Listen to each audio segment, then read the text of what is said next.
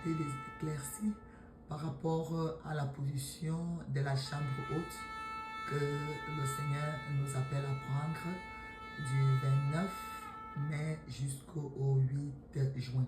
Pourquoi cette période? Parce que le 29 mai cette année, c'est la date de l'ascension du Seigneur Jésus-Christ.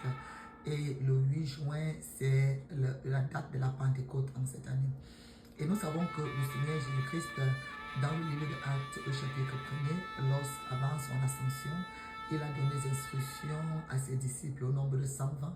Il leur a dit de ne pas s'éloigner de Jérusalem, d'aller attendre à la chambre haute ce que le Père a promis autant pour moi. Mais ils ne savaient pas combien de temps cela allait prendre.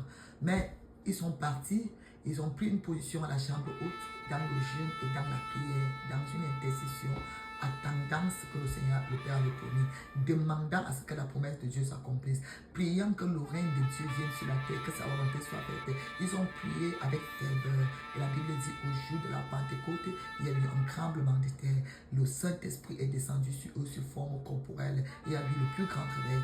Pierre, qui était d'habitude un homme peureux, s'est placé avec zèle, avec toute l'ardiesse possible pour prêcher à des milliers de foules qui étaient présents à Jérusalem. Et la Bible dit, la première prédication a amené à la conversion 3000 âmes et ainsi de suite. Nous avons vu comment est-ce que le mouvement de réveil a commencé.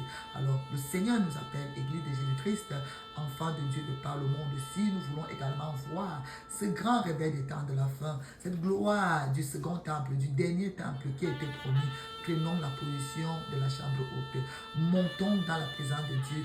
Prions pendant les 10 jours et dans le jeûne sans cesse.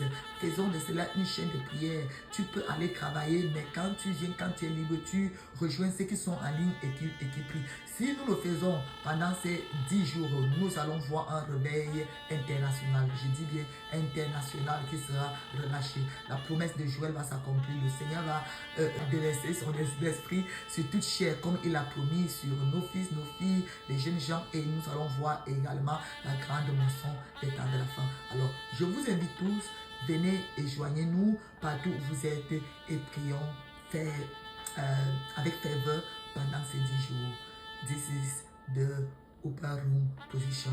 God bless you. Alors, pour plus d'informations, d'informations, envoyez un message, posez des questions sur cette vidéo et je répondrai. Que le Seigneur vous bénisse. Shalom.